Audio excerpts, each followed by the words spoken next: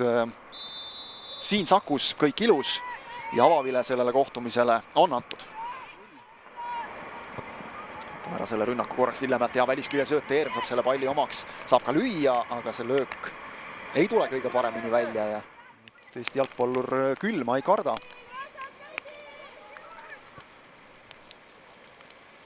Ja siin on pall lahti, oi millise tõrje teeb nüüd Eismann ja saab selle palliga joone pealt kätte. Natuke nüüd rikub see ära, et ikkagi väravas on pall. Ikkagi on pall väravas ja vilistatakse see ära. Vilistatakse see ära, loetakse see värav ära ning Lisette Tammik tundub selle värava autoriks. Vaatasin, et lipp tõusis, et kas tõusis, kui rääkisin märtsikuisest superkarikast. Siin oi kui lähedal on teine, aga lõppes Flora 9-0 võiduga koguni. Tuleb siit veel üks löök ja see läheb napilt üle. Eismann mängib seal julgelt, natuke liiga julgelt mängib Saku ja Teern saab selle palli tagasi, saab ka vasakuga löögile siit, aga Eismann võtab ära. Näete nüüd 20 viimast omavahelist mängu ka, mis tegelikult on mõne viimase hooaega tulnud kokku juba. Senderdus tagumisse posti, sealt Lillemäe saab lüüa, aga Eismann jõuab ette. Flora omakorda nüüd vasturünnakule. Ise proovib kaugelt. Vahenduseks ka Smirnova ja Pedak. Lugeda kogenud mängijateks, liidrid on nad seal naiskonnas niikuinii, kui nüüd siit lükatakse teine. Siit lükkab Teern teise ja Eismanni nina alt varbaga. Ja tähistus jälle Teernile omane. Kas tõesti mina? 22. sel hooajal Kristina Teernilt. Ja Flora juhib seda kohtumist 2-0. Et aitab, aga võivad küll teiseks poolajaks juba vahetuse teha. Ja penalti. Penalti tuleb siit ka veel Florale. Esimese poole lõppu. Pika soolo järel. Võetakse Tammik karistusalas maha. Ja, aga vaatame Teern versus Eismann mõned minutid tagasi mängulises olukorras. Teern jäi peale. Ja jääb ka nüüd. Eismann läheb õiges suunas, aga löök on tugev, löök on hea ja Flora juhib seda kohtumist 3-0. Fotograafidel saab varsti aparaadis film otsa, kui nii palju Teern lööb ja tähistab ka. Milleks üldse? Senderdus tagumisse posti ja sealt lüüakse napilt üle. Midagi, kui üritades ja proovides. Mis siin salata? Hooaja alguses ju tegelikult oli oi, kus seal nüüd tehakse jalge vahelt, aga sellele vastab Teern suurepärase löögiga tagumise posti kõrvale ja 4-0. Kristina Teern, kübar ja kohe karistas. Tulete siin minu vastu trikitama, ma näitan, kuidas see käib. Pall ühega omaks ja teisega ilusti tagumise posti kõrvale ning 4. Esimese poole lõpetuseks. Peale läinud naiskond on noor ja raske on seetõttu ka. Vaatame ära selle rünnaku siit, aga võetakse see pall ikkagi Lillemäe eest ära. Pigem on sellised võib-olla mõne aasta projektid. Oi kui teravalt siit nüüd ja oi kui ilusti läheb otsima eesmist ristnurka.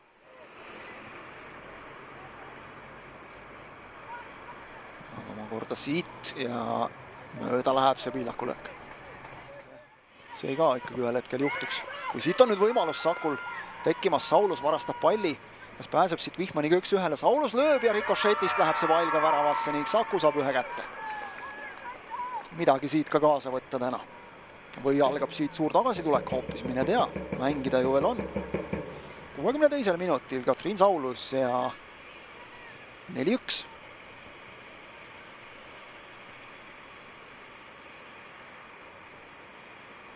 Ja näha ka, et jätkuvalt ütleme, et Saulus ja Teern on võtnud täna nõuks lähemale talle jõuda, aga Lillemäe tahab seda asja parandada ja lööb siit kohe vastu. Lillemäe 28. ja Flora 5. Ei usu, et see info Lillemäeni jõudis jooksvalt, aga aga eks ta teab ise ka ju, mis see seis on ja et Eern on kuklasse hingamas. Selline väike võitlus, aga noh, sellised sportlikud väikesed võistkonnasisesed jõukatsumised ka olulised. Nüüd läheb läbi sealt ja lõpuks Teernile ka, Teern veel edasi Lillemäele. Lillemäe siit ja Lillemäe teine ja Flora 6. 79. minutil Mari-Liis Lillemäe. Teern kade ei ole. Need väravad ikkagi lõpuks lähevad ju naiskonna arvele. Ja saab Lillemäe siit oma 29. sel hooajal Teerni söödust. Nii et naiste meistriliiga selle aasta parima väravaküti auhinna võime vist nüüd ka välja kuulutada vaevalt.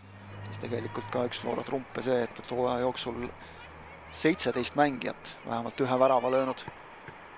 Teern läheb siit lööma oma 4. Aga ei tule isakas.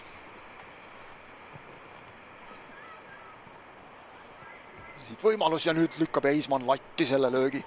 7. oli lähedal. Flora 8.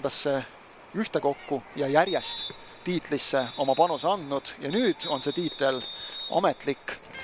See mäng on läbi, see hooaeg on lõppenud. 6-1 lõpuks võidab FC Flora selle kohtumise.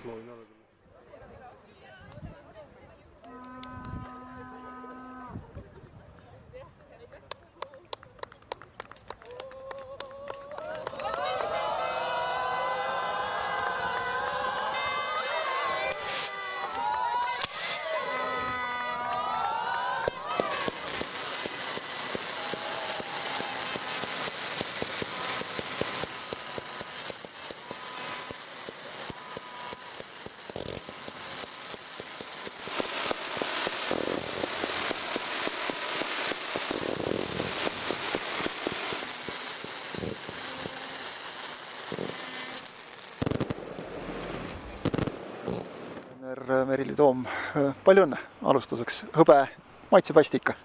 Aitäh, maitseb väga hästi selles mõttes, et me ise ei pannud endale mingisuguseid medali ootusi või lootusi ja ütleme nii, et ega väljaspoolt ka ei võib-olla teati, et meil on päris palju muutusi, et võib-olla ei olnud meie osas ootused liiga kõrged, aga ma arvan, me tõestasime endale ja teistele, et tegelikult me väärime seda teist kohta ja ma arvan, et me kogu hooaja vältel mängisime hästi ja tõusvas joones siis võib-olla.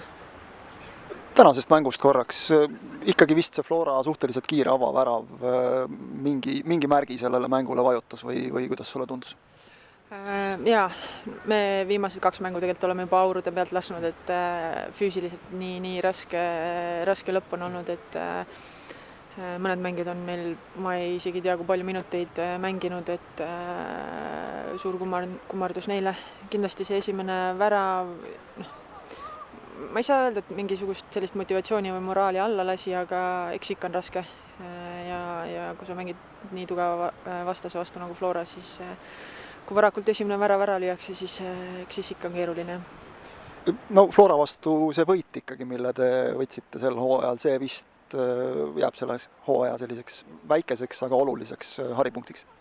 Jaa, meil oli neid väikseid olulisi võite palju, aga Flora võit kindlasti oli selles mõttes väga, väga hea ja andis kindlasti mingisugust lisamotivatsiooni just sellel hetkel, kui meil seda nagu vaja oli, et sealt oli hea siis edasi minna.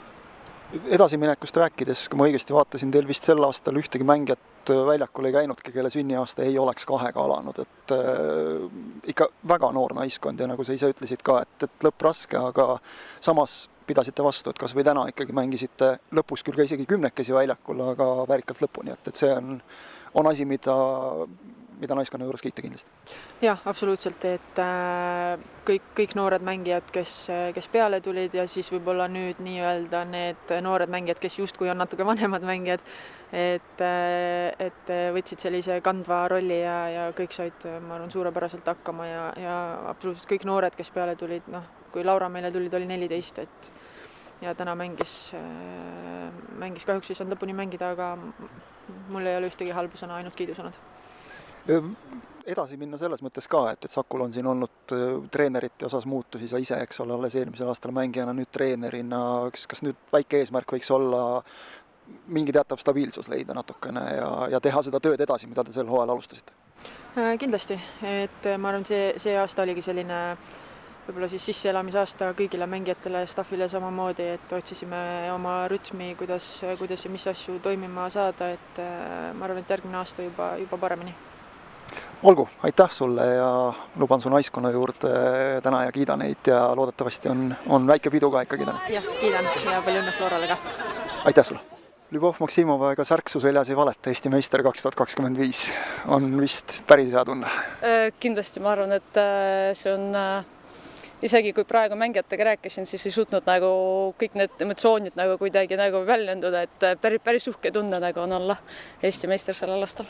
Et Flora jaoks küll 8 järjest, aga sinu jaoks esimene ja nagu sa hooaja eel vist korduvalt ütlesid, et võib ju olla 7 tiitlit järjest, aga ega see lihtne ei ole nüüd sellele hooajale vastu minna. Kuidas te sinu arvates hakkama saite? Kuld on kaelas, aga kuidas sa ise tunned?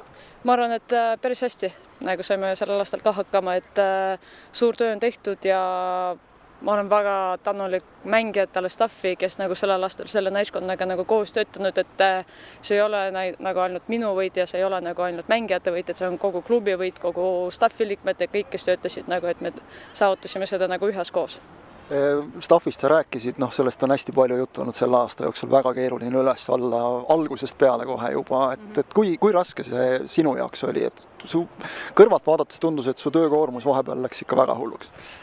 Jah, vahepeal oli nii, aga mis siin ikka nagu, et peaks nagu edasi töötama ja selle taha ei saanud nagu jääda, et mängijad ju ootavad, et treeningud toimuvad, et mängule nagu jõuame, et lihtsalt me keskendusime ainult sellele, mida me saame nagu kontrollida ja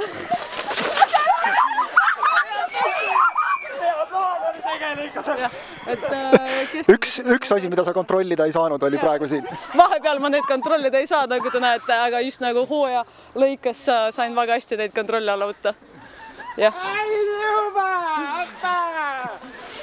Vot. Lõpp hea, kõik hea võib vist selle kohta öelda. Ja kindlasti, et nüüd lõpuks saame tähistada ka ja nautida seda hetke, et jah, vahepeal oli mingid pingelised ajad, aga ma arvan, et kõige suurem saavutus on see, et me suutsime kõikidele nende asjadele reageerida sellega, et me ikka võitsime seda liigat ja ikka see ühtsus nagu tiimi sees oli väga kõrgel tasemel. Täna ka ilmselt, sest et meistritiitel ammu tegelikult kindlustatud, Sakule võib-olla natuke oli rohkem tõestada kui mõnele teisele naiskonnale sel hooajal selle ühe kaotuse tõttu, aga hästi selline professionaalne esitus tundus täna väljakul.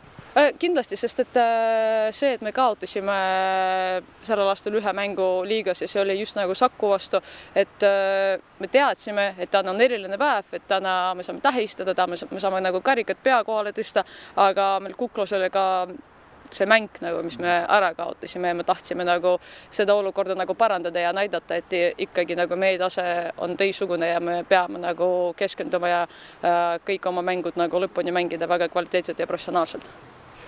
Mängijate jaoks ilmselt nüüd hakkab puhkus, kes on siin veel võib-olla koondises, aga sinu jaoks, staffi jaoks väikest viisi vist käib juba ettevalmistumine ka järgmiseks hooajaks või kuidas?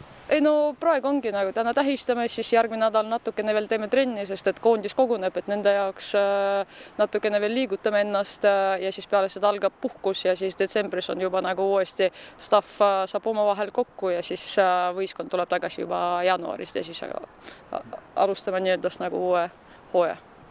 Kui palju sul pilt selge on, kui palju see võistkond veel muutub, staff, kõik see?